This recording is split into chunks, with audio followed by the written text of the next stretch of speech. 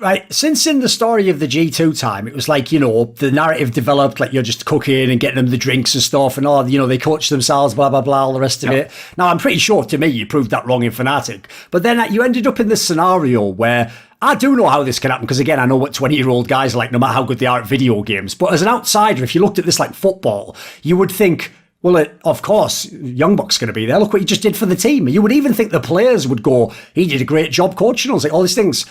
All I'll say is this, right? I've heard basically it was kind of like an ultimatum situation. Like basically, you didn't have a choice as to whether you stayed in Fnatic or not. Like they had to pick between you and let's just say some other element of the team, and they chose the other element of the team. Is that accurate?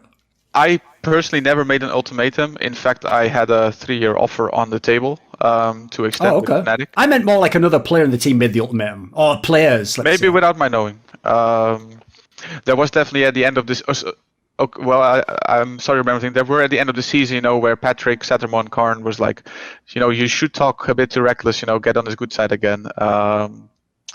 And at some point,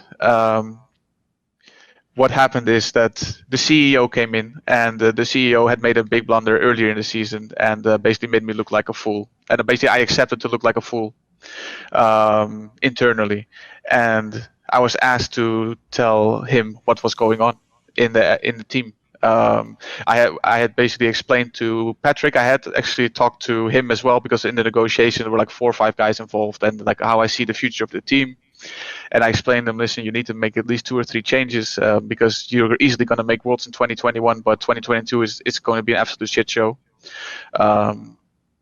which is kind of true. But I have to say, it took a very different path than I predicted. But he then basically told me, he basically set up a meeting for me to kind of tell him what was going on within the team and how I see things. And then I said, I'm not going through this again. I'm not going to have this talk again and make a fool of myself. This is absolutely ridiculous. I'm going to stick to my values. Fnatic, I'm out. Have fun.